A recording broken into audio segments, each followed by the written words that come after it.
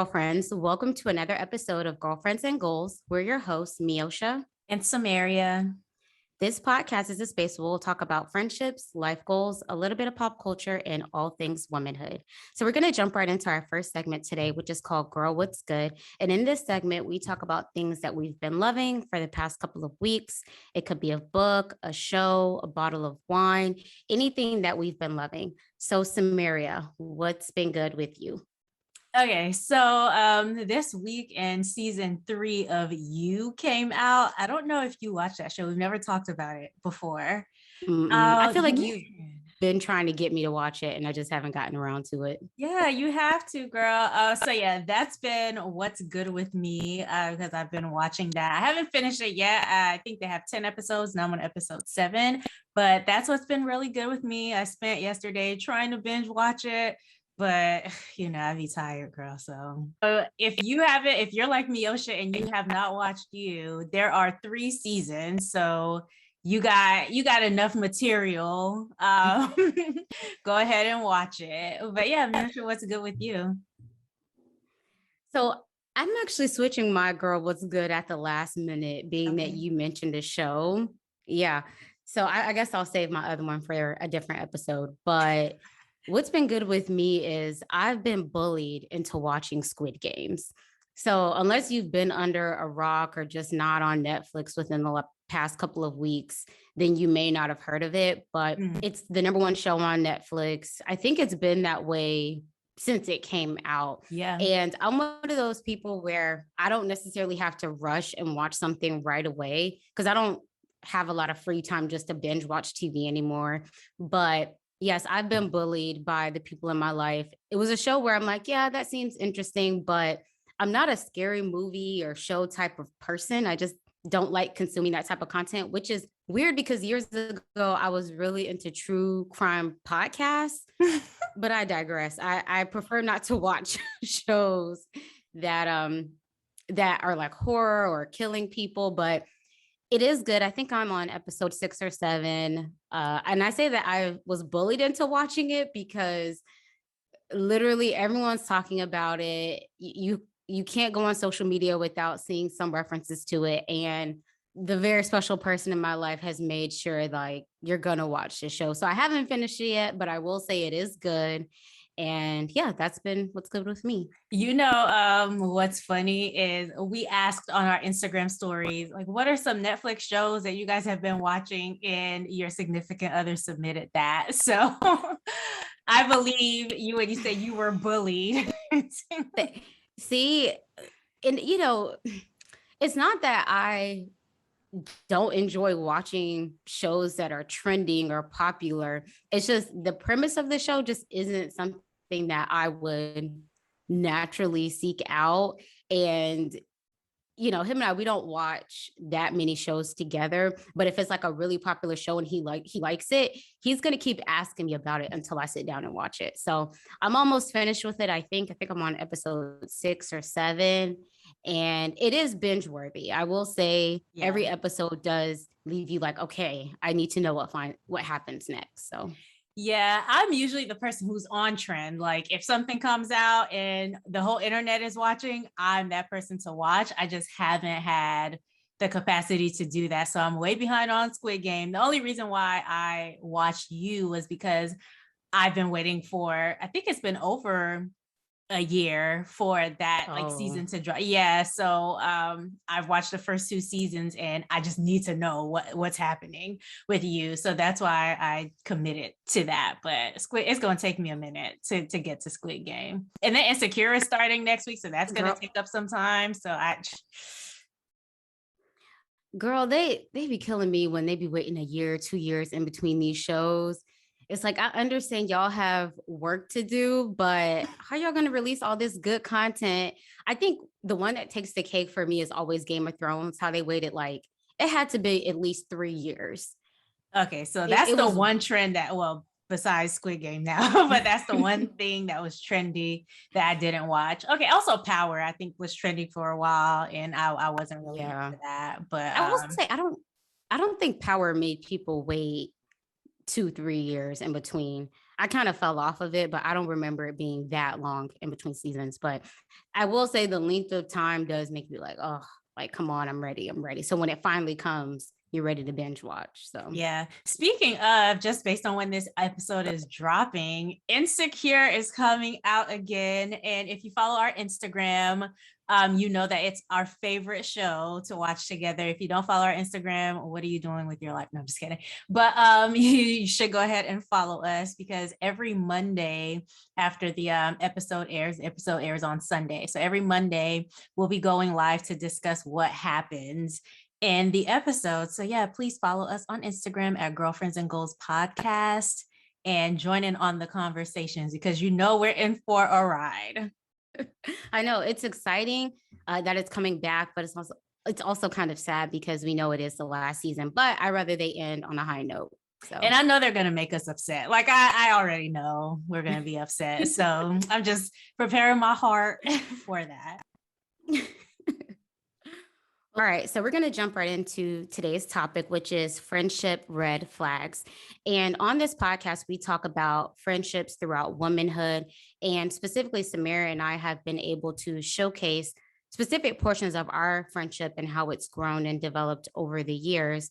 And while that is a beautiful thing that we've been able to experience and show, we do understand that there are some women out there who may have friendships or relationships that just may not be the best for them. And so in this episode, we wanted to go over certain red flags or certain things that might be occurring in friendships that just may not be the best for you, or maybe even hasn't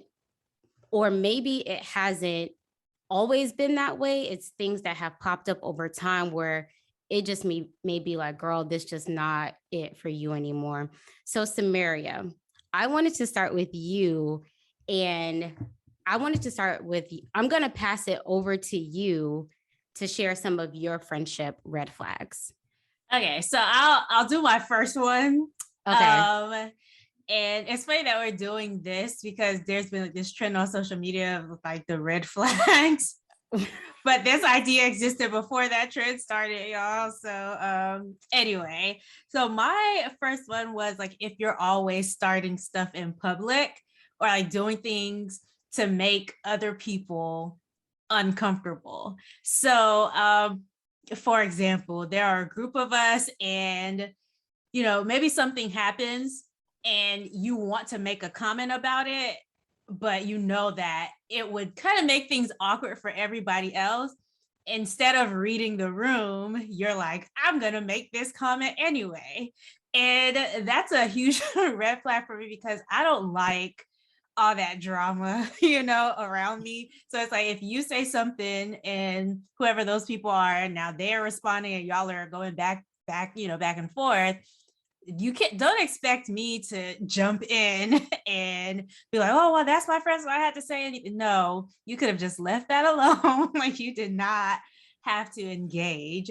And this one is particularly bad because I remember asking one of my aunts, I was like, hey, what happened to your friend from like years ago? So this was when I was 5 to 10. Like, this woman would always be at our family parties. You know how it is. Like, we invite our friends to family events.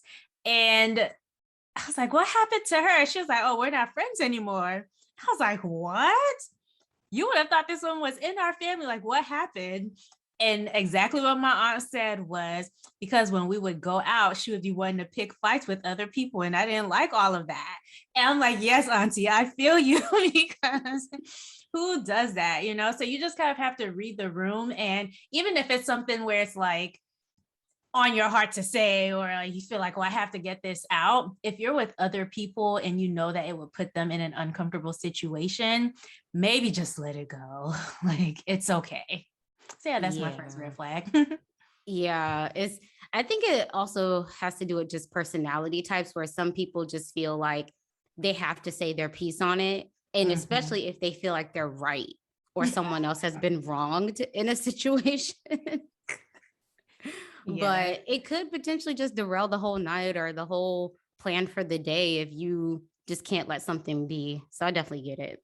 Yeah, I remember this moment in college. This is something that happened with you, and get to this point, obviously, because Miosha and I are still friends. But this girl or somebody left their cell phone outside of the classroom. Everybody was sitting out there preparing for a test. And so Miosha saw the phone and took it into the class and was like, hey, did somebody leave their cell phone? Mhm. And this girl came from all the way to like from the back of the class, walks to the front, gets her cell phone, and just walks back. And Yosha was like, geez, you're not even going to say thank you. I was like, oh God, I hope this doesn't turn into a thing. It didn't. I think the girl just like was like, thank you. But yeah, I just I don't remember that. I don't remember that. You have a good memory of that time. Because I was like, is something about to happen? So yeah, I Oh. remember it. All right. So my first red flag is if you have friends that come to you and tell the personal business, the very personal business of their other friends. And so Mm, it's natural as friends or best friends that you're going to share stories, share different life experiences. But I just think that certain maybe topics or things you would think would be off limits. And for mhm. me, that would be a red flag because it would make me think like, okay, if I tell you something, do I always have to specifically say, don't go tell someone else? Just because if you're in an emotional moment or you're just not thinking, you may not remember to specifically say, don't go tell da da da da da. Like Right. even with Samara and I don't have to be like, hey, don't go tell XYZ to anybody else because I feel like it's understood, at least on certain things, like, hey, yeah, I probably shouldn't go repeat that. Mhm. Um, and so, yeah, for me, that would just be a red flag just because there should just be a certain understanding within friendships. And I think that it's natural to share stories here and there, but if it's like all the time or on very personal topics, things that I think we as women may just agree, like, yeah, maybe that topic is sensitive and they Mhm. probably told you that thinking, oh, this is just going to stay between us. And Right. and I also think that it is somewhat natural to feel like, oh, well, I'm friends of my friends' friends, but they haven't built that tight relationship. They don't know them. And Yeah. so I would just say be mindful if you do have a friend who is telling you the personal business of another friend. Not saying that you cut the friendship off per se, but it wouldn't hurt if you communicated to them like, hey, are you okay? That is the other person okay that I know these things? Mhm. And you probably should remember to tell them if you say something very personal, Yeah. hey, don't go repeating this to another friend. Right. Also, if you're the friend who this information is confided in. So, for example, one of Miosha's friends tells her something, and she tells me just in conversation, I'm not gonna go back to that friend and be like, "Oh yeah, Miosha had said that." Like, don't do that, please. Just because, again, you never know how that person might feel about that Mhm. information being out. So yeah, just be mindful. Van, I would agree with you though on that. There are things that I know that I've told you that you've probably brought up to other friends, but I wouldn't expect if it was something deeply personal that you would be Mhm. like, girl, let me tell you what happened with Samaria. Right. Especially in that way, that like gossipy way. I wouldn't Mhm. expect that. And that would Yeah, be a you'd problem. expect that people would read the room, especially at the age we're at now, maybe in your early 20s or teens where you're still learning how to Yeah. read the room in certain situations. But moving into your late 20s, early 30s, I think we've had enough life experience where we can denote what is probably deeply personal, surface level, or just Yeah. right in the middle. So Exactly. this kind of leads me to my next red flag, and they're kind of connected. Okay. And the next one for me is when friends are speaking negatively about their other friends that Mm, they're close with. And I understand that, things are going to happen within your different friend groups where you're going to have conflict. You're not always going to see eye to eye. You're going to yeah. relay those stories to other friends. But I think we all should just be mindful of speaking down or negatively of our other friends to other friends. Mm, One, because just as adults, if you if it's something that's repetitive and if it's something that's reoccurring and repetitive, then it's like, okay, well, do you really still want to be friends with them? Do they want to be friends with you? And at a certain point, I'd expect that you either end the friendship or just do something about it and not just continue to come to me. And it can also make it very awkward too. Like if I know this person and now I have to sit on this information where even if you may not think it's a big deal, it could potentially make that middle person feel uncomfortable. So I think venting here and there, that's fine. But the reoccurring gossiping and talking about friends to other friends, I personally think it's just a red flag. And for me, eventually I would just be like, well, girl, why don't you tell her? Or I'd be like, well, do you really want the friendship anymore? And I'm not saying that we haven't all gone through that time period where maybe you've decided that you're done with the friendship, but you haven't executed on it. I've kind of seen that happen before where, yes, I'm a listening ear and you've already decided in your head. Now you just need to figure out how you're going to move forward on maybe ending the friendship.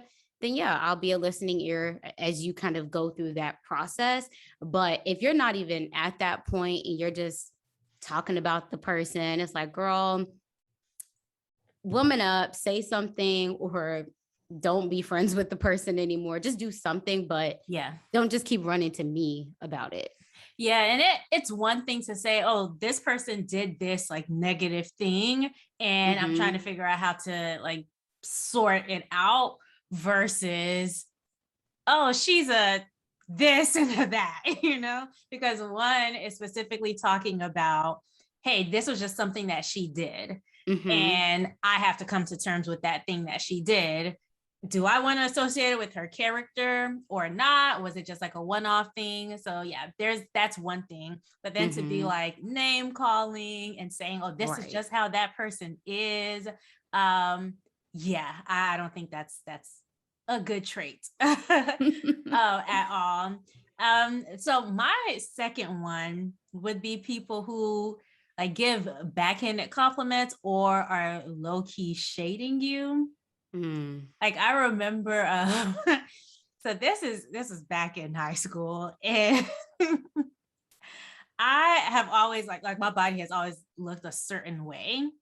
Snatched. And it's okay. You don't have to be modest. She's blushing.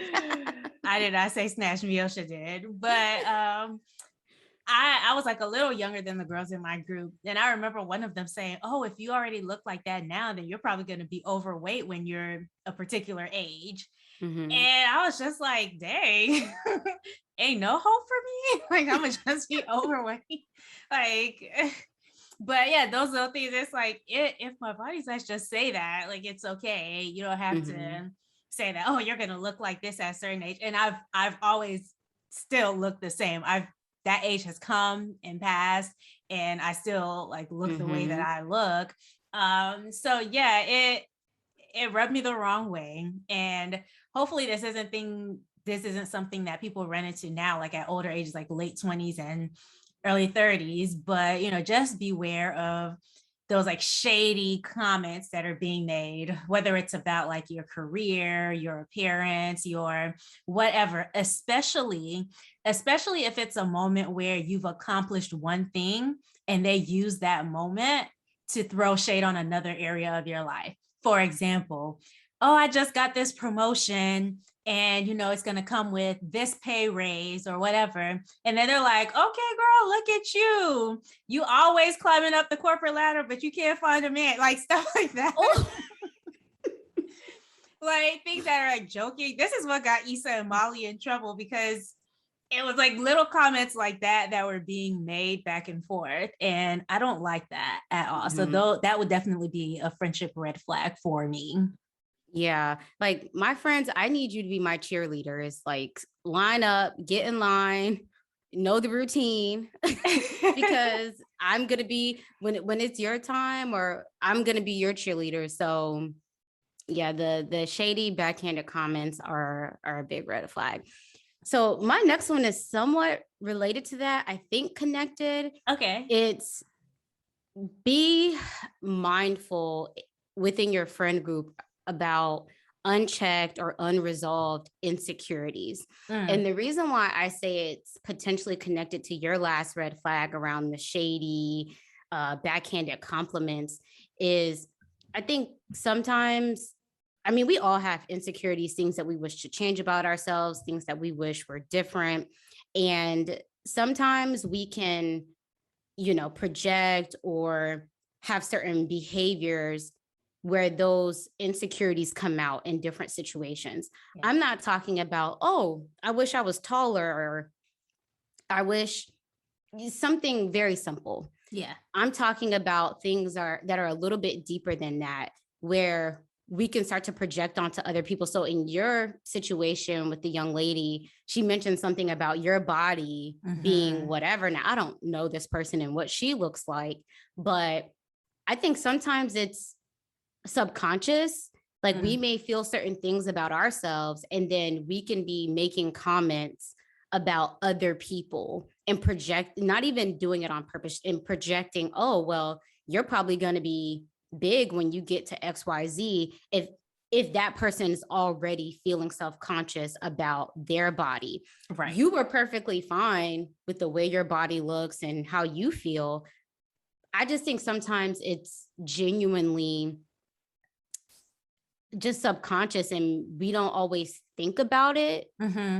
And obviously it's going to affect the people closest to you. Yeah. And so I just think as we progress throughout womanhood, it's just important that we either address or resolve whatever those insecurities are that we have, so that within our friendships, we're not being negative or shady subconsciously, because we're dealing with things within ourselves that we're putting onto our friends when they have moments of happiness or success or just any random thing that we haven't dealt with. Now we're trying to put it onto them as if they should have an issue or the same insecurities. And it's like, no, girl, I actually like the way I look. And even if I was big, I'm good with that too. Right. Like in that moment, I'm not saying that she meant it that way, but I've definitely seen that within, not even just within friendships, but relationships you have with coworkers, just people in general, where they have whatever's going on with them. And in those random moments, they'll choose to make comments or say things that really kind of show whatever's going on inside. Yeah. So this is kind of unrelated, but I'm just going to say it. You know what? It's always interesting to me when you say someone accomplished, this happened recently, but say someone buys a house or accomplishes something. I am always leery of those people who, instead of just saying like, hey, congratulations on being a homeowner or being this, they always have to like insert themselves a little bit.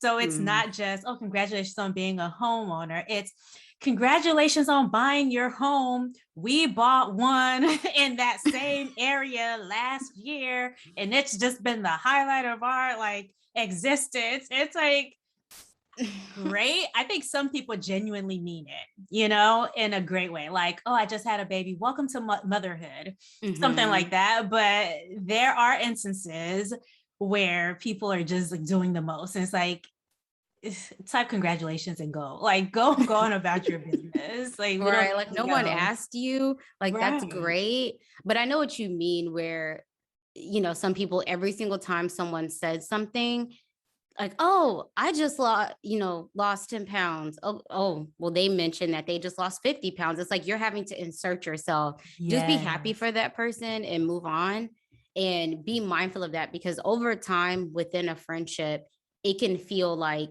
you can't let people have that individual moment for themselves. Just let me have my time. Let me celebrate my 10 pounds, girl. Right. Yeah. Okay. So my next one is going to be friends who never like show up for you. Like they don't come to special occasions, or they always have an excuse for something. This actually happened to my sister. It hasn't happened to me yet, I don't think. Not that I can think of in this moment, Mhm. but like there was someone who just would not come to certain events, that they would have. And I think one time my sister was having this occasion and she was like, I bet this person is going to have a reason why they can't make it. And they did. So it's just like Mhm. those types of friends who don't ever show up for you, like when you're having those like big moments or when you're celebrating something. I think that's definitely a red flag. It might expose some of those insecurities that we've talked about with previous red flags, but I would just be mindful of people like that who don't want to show up to your happy moments. Mhm. Yeah. Yeah. And I think, friendship is definitely about those happy moments and celebrating. But I think just in general, like it's about being there for each other, Mhm. good, bad, ups, downs. And, if this person's only around when it's like, oh, let's go hang out or let's Yeah. go do, whatever social thing, that could also be just kind of a symptom of maybe the type of friendship dynamic that you have, Yeah. where you may be thinking that the friendship is deeper than what it is.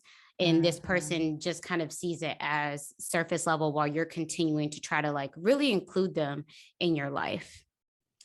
Would you say there are friendship red flags that are particular to your status as a married woman? Mm, as a married woman. Yeah, like if a friend is like saying certain things about your husband or Mhm. acting a certain way around your husband, like what red flags would you say Oh, you've yeah. seen or can maybe think of, even if you haven't seen Yeah. them? Yeah, I mean, definitely that would be a red flag if there's conflict there. I will Mhm. say though that I don't necessarily think that my spouse has to be really, really close with my friends. It would be Mhm. helpful if they got along, but if the friend didn't have legitimate reasons why they Yeah. just didn't see it for my spouse, and that would be a red flag. The same way it would be for any other family member who just wants to decide not to like them. Mhm. It's like, girl, why are you trying to make my life more difficult?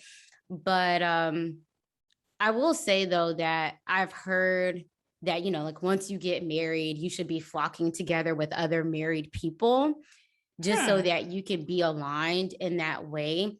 I can't say that I subscribe to that Right. because if you get married at a certain age, like your sister said in the last episode on getting married too young, Mhm. if you're married at a certain age, a good portion of your friends may still be single just by chance, not on purpose. So are you just expected to drop those friends Right. because you're married? So I will say though, I understand that you may not be chasing after other single friends after you've gotten married, Mhm. but I don't think that I think what's a red flag when you're married is probably stemming from maybe what was there even before you got married.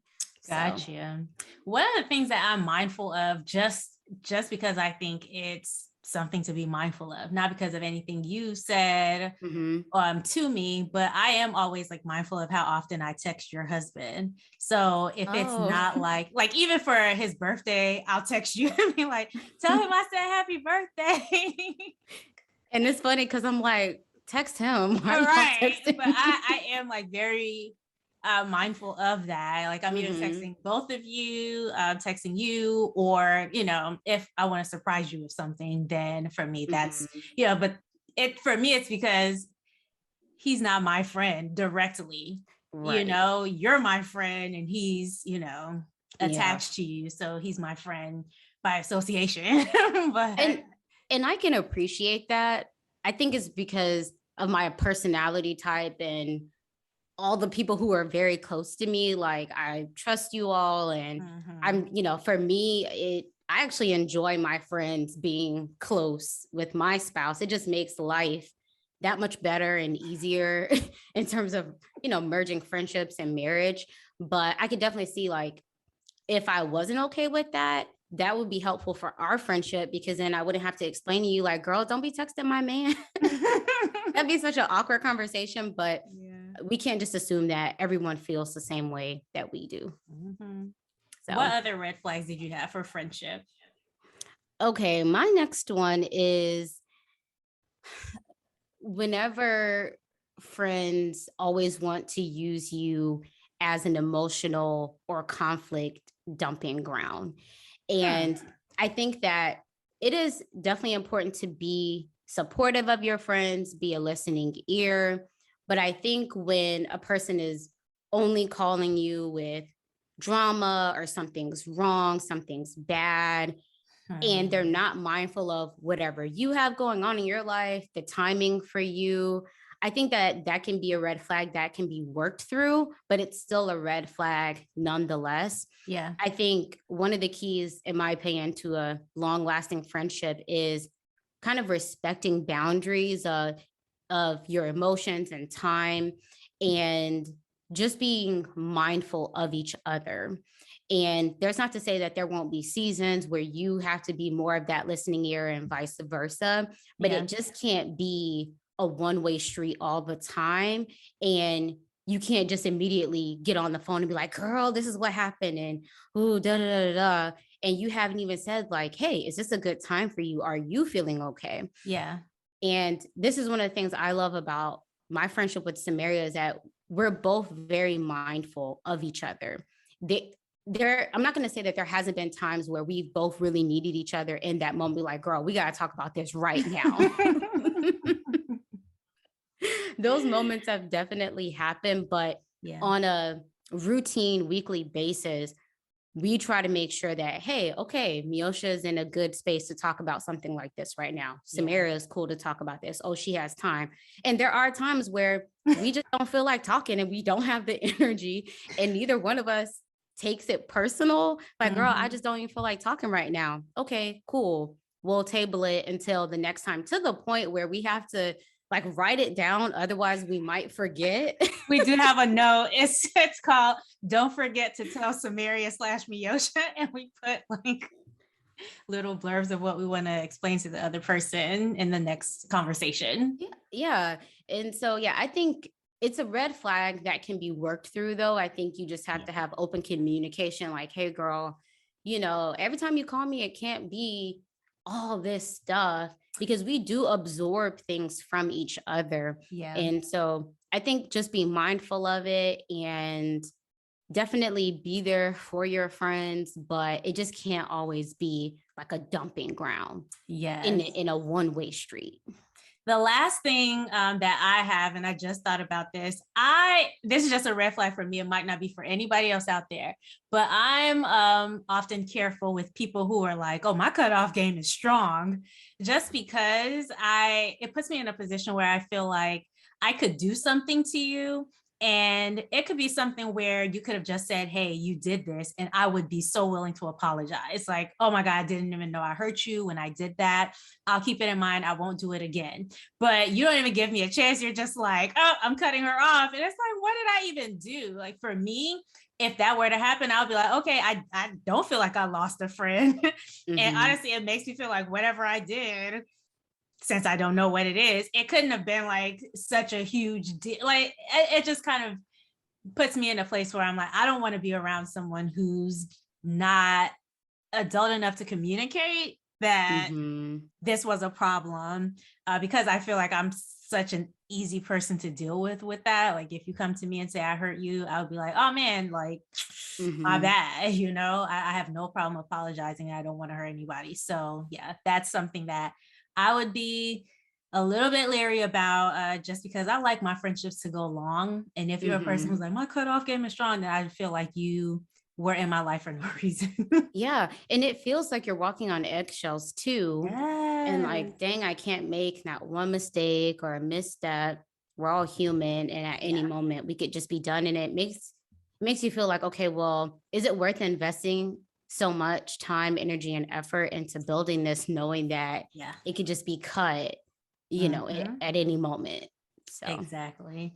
If so out of all the red flags that you named, which one do you Mhm. feel like you would be the most likely to do? So that I've named, Mm-hmm. I can't Or say. me? Okay. So yeah, of you, I'd say the making the scene. You think you would? Yes. And it would, for me, it would come from a place of being overprotective.